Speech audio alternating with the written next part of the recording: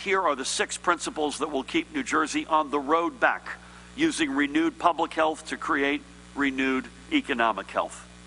Adhering to the first 4 principles will secure our public health. 1, following trends of sustained reductions in new COVID-19 cases and other key metrics reflecting a decreasing burden of disease. 2, expanding testing capacity and speeding up the return of results. 3, robust contact tracing. And 4, ensuring safe places where those positively diagnosed in the future can isolate.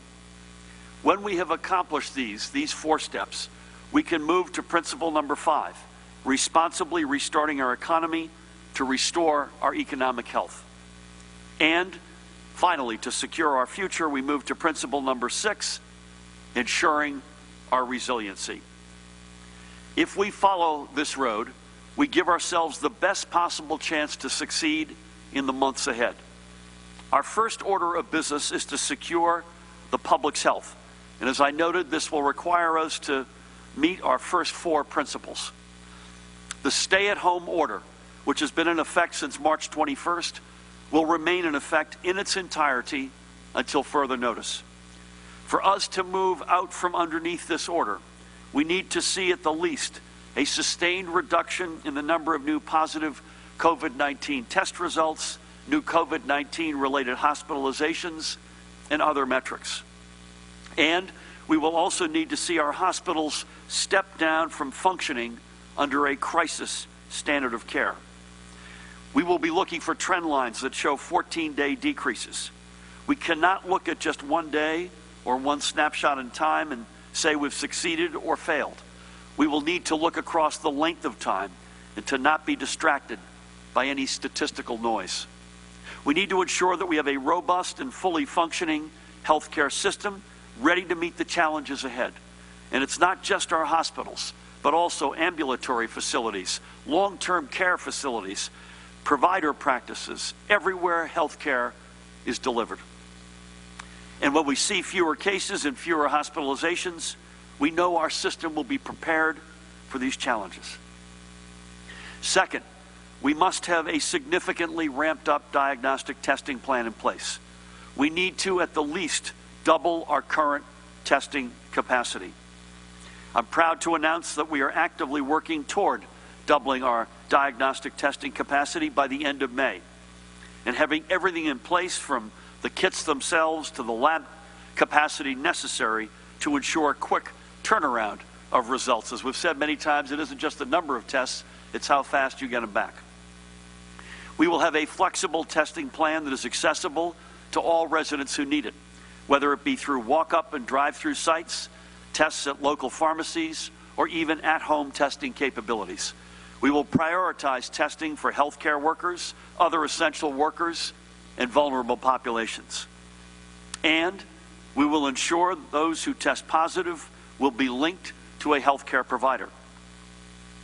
Our system will also be prepared to engage in targeted surveillance testing within communities to further protect against the resurgence of COVID-19 and to build data sets that can help us better understand its spread. To achieve these aims, we will need significant support from our federal partners, and we will continue to expand our partnerships with private sector labs and with institutions like Rutgers University, which have created innovative new testing platforms. And we are working closely with the White House, which has agreed to be a partner in helping us meet this important threshold. With this expanding testing in place, we can move forward to our third marker, robust contact tracing. Whenever a new positive COVID-19 test is returned, we must be able to leverage not just that individual's recollections, but also employ new technologies to help identify those with whom that individual may have come into contact. We will need to recruit and deploy an army of contact tracers whose sole purpose will be to identify these individuals so we can follow up and ensure they do not contribute to further spread of COVID-19. At the heart of much of this effort will be our local health officials who have done amazing work throughout this emergency. And backstopping all of this will be our Department of Health and its experienced and dedicated professionals. According to national guidance, and Judy has reported on this earlier, a proper program will require anywhere from 15 to 81 persons engaged in contact tracing for every 100,000 residents. For New Jersey, this can mean for anywhere between roughly 1,300 all the way up to over 7,000 people to take on this work.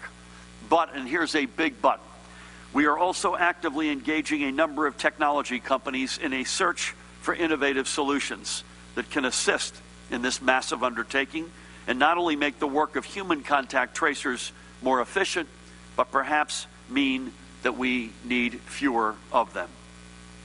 And this now moves us to our fourth step in securing public health.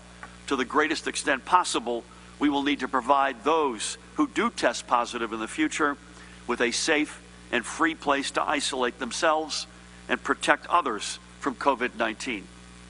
We must also be prepared to support these people with wraparound services as needed. We are fully prepared that when we restart our economy, we will see COVID-19 cases. Even if we bat 1,000, even if we get everything right, we will see cases. That's not just the nature of the virus, as Ed and Judy and Christina and others have reminded us, but it is the nature of the reality when you combine it with a reopening, even a responsible, well-timed, well-structured reopening. That much we are sure about. We will see this virus again. Our goal will be to prevent these new cases from multiplying. So stop for a second. Meeting these four benchmarks, a sustained drop in the curve, expanded testing, contact tracing, and safe places for people to isolate, is critical to giving our residents confidence that we are not only in front of the crisis, but that when we do restart our economy, they should not fear going out and being a part of it. And restarting our economy and returning people to work will be done methodically, strategically, and responsibly. And that is our fifth principle. To guide this process tomorrow, I will be announcing the formation and the members of the Governor's Restart and Recovery Commission, a group as diverse as it is talented. Economists, academics, business leaders, labor leaders, healthcare experts among them, with local, national, and global experience and knowledge. It will be their task to balance multiple competing needs to ensure we arrive at equitable decisions that work for every community in our state.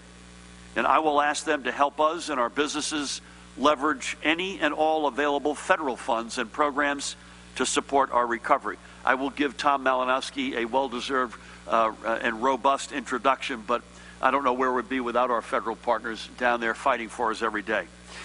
I will ask the Commission to give the highest priority for reopening using a clear standard of essential and safe, beginning with businesses, industries, and activities which are not only essential to our economy, but which provide the lowest risk of disease transmission. I suspect, Mahan, we're going to want to call that chart back up, this graph up later on when we engage in some of the questions. Then we can move up the matrix, bringing more businesses and activities online until we achieve a fully functioning and open economy.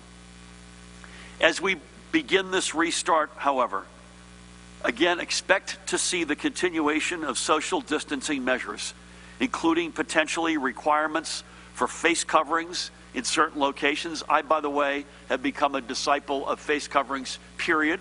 I'm not suggesting that's what the guidance will be, but at least face coverings in certain locations.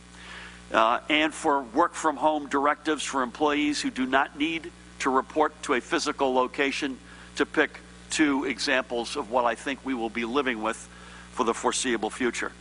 I want, by the way, nothing more than to see every main street up and down the state filled with shoppers and diners once again. I want our construction sites roaring with activities once again. I want to see the shore humming throughout the summer. We will move as quickly as we can, but as safely as we must. We have to be thoughtful in how we unfold our economy. This virus is now among us, and our task will be to contain it as best we can. But with our public health protocols firmly in place and with our healthcare system prepared, you should not fear heading back to work or elsewhere, and that is our objective. And finally, we cannot think of COVID-19 as a one and done. Whether we are hit with a rebound of COVID-19 or a different strain or an altogether new virus outbreaks, we have learned valuable lessons that we would be foolish to ignore. Ensuring New Jersey's resiliency for the next outbreak, and that no one will be left unprotected because of racial or socioeconomic status, must be a part of our response to this outbreak. COVID-19 showed no favorites in ravaging our state, and neither will we in preparing for the next wave. We must use this window of opportunity to fill gaps and fortify our healthcare system. I will be looking to see that our hospitals and healthcare systems, and anywhere else, by the way, where healthcare is delivered, have the bed capacity, personal protective equipment, ventilators, supplies, and staff they will need to provide the highest quality of services. At the state level, we will ensure that we too have the supplies to backstop our healthcare facilities and our first responders and essential workers. That means building our own state stockpile of PPE, from masks to gloves and everything in between, so we can properly outfit not just our frontline health and public safety responders, but also our essential workforce. And it also means we must have ventilators on hand that we can push out to hospitals before, and I say before, they hit crisis mode. Throughout this process, we have purchased hundreds of ventilators. Don't think for a moment that we're going to be sending any of them back once the current emergency ends. We cannot find ourselves in another situation where we must rely on the federal government or our corporate and philanthropic partners, by the way, around the world, I might add, to source what we need. We must build our resiliency now.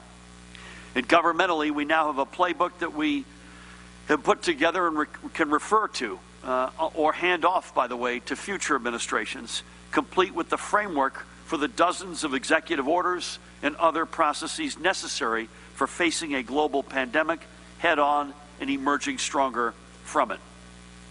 In the course of 2 months, our entire world and our entire worldview has changed.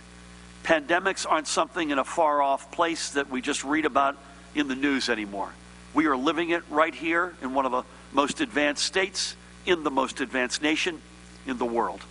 And even as we work to put New Jersey back on the road of progress and prosperity, we know that this war is still far from over. We need to continue focusing on our social distancing and taking the steps necessary to push the curves of new cases, new hospitalizations, and COVID-19 related deaths down so we can move in turn down this road. I don't know when we'll be able to formally and finally start this journey. Hopefully, if we all keep at it, it will be soon. But just as we began planning our response to COVID-19 6 weeks before our first positive test results even came back from the lab, we will be ready to put the car in gear as soon as we see a green light. This is a plan for how we move forward, not if we move forward. So let's do it together. Let's start by lowering the curve. We could do this if we all keep our focus over the coming weeks. And when we do this, it will be that much sooner that we are able to reach our destination, a New Jersey that is restored to economic health because we took the steps to restore and secure our collective health.